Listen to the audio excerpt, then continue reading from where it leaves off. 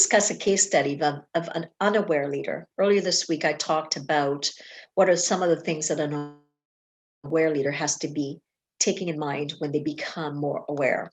This particular leader was one that was quite disconnected from herself.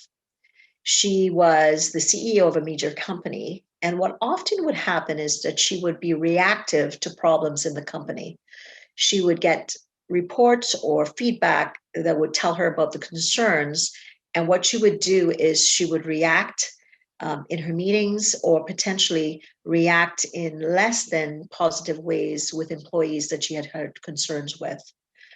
What this did is it created a space of loss of respect for her, where people expected the worst of her because of her reactivity. And what in turn, when she would act in a trusting way, which she was trusting in many ways, except when she was reactive, there was a lot of gossip about her intentions in reference to how she would treat employees. Her intentions were never taken with goodwill. What she would do is she would take the information that was given to her and she would make decisions based on limited information instead of reflecting on the information and trying to think, what is additional information do I need? Unfortunately, another thing that she did is there was a fair amount of nepotism in her organization where she had favored employees versus not.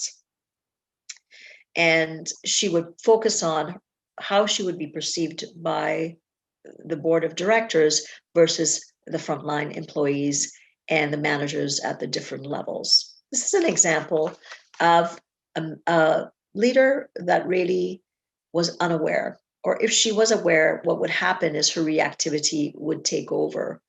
Awareness allows you a space to go inside and think about how you're feeling when you're getting information. What is it that you need to do to get more connected, how you're thinking, feeling, and act, and about to act based on information?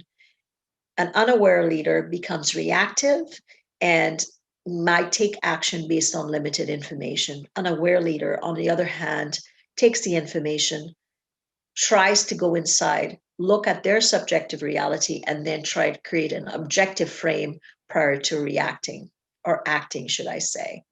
So this is an example of a case study of someone who was unaware or took the time to not reflect on what was important other than who she was reporting to. As a leader, it becomes very important to be aware of not just who you might be reporting to, but also who would report to you. This is Roxanne Durhodge of the Authentic Connection Movement.